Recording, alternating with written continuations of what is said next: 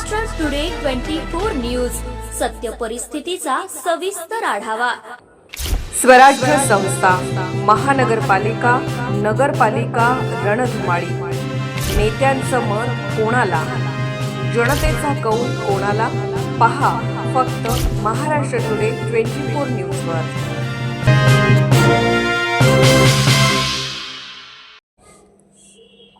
प्रियदर्शनी उईके यांनी सहकुटुंब मतदानाचा हक्क बजावला। यवतमाळ नगर परिषदेच्या निवडणुकीत नगराध्यक्ष पदाच्या भाजप उमेदवार प्रियदर्शनी उईके यांनी सहकुटुंब मतदानाचा हक्क बजावला। आदिवासी विकास मंत्री अशोक उईके आणि त्यांच्या पत्नीसह त्या मतदान केंद्रावर पोहोचल्या। मतदानापूर्वी कुटुंबियांनी प्रियदर्शनी उईके यांचे औक्षण केले। आईवडिलांचे आशीर्वाद घेऊन त्यांनी मतदान केले। यावेळी मंत्री अशोक उईके यांनी यवतमाळकर मतदारांनी लोकशाहीच्या या उत्सवात उत्साहाने सहभागी होऊन अधिकाधिक संख्येने मतदान करावे असे आवाहन केले।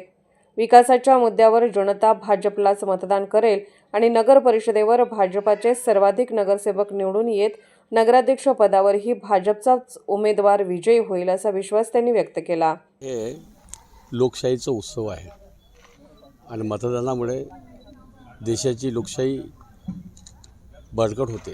त्यामुळे यवतमाळ शहरातील सर्व मतदार बंधू भगिनींना मी आवाहन करतो की या मतदान लोकशाहीच्या उत्सवामध्ये सर्वांनी सामील व्हावं, सर्वांनी मतदान करावं असं मी आवाहन करतो। तशी लढत होत आहे, कसं बघता या एकंदर मोठ्या लढतीकडे? यवतमाळ शहराचे मतदार बंधू भगिनींना माहीत आहे का शहराच्या विकासासाठी, शहराची दृष्टी, विजन आणि मिशनसाठी कोणाला निवडून द्यायचं शहरातल्या मतदार बंधू आणि भगिनींना निर्णय घेतलेला आहे।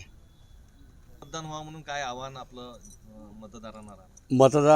मतदान करून लोकशाहीच्या उत्सवामध्ये सहभागी व्हावं, जल्लोष करावं असं आवाहन करतो।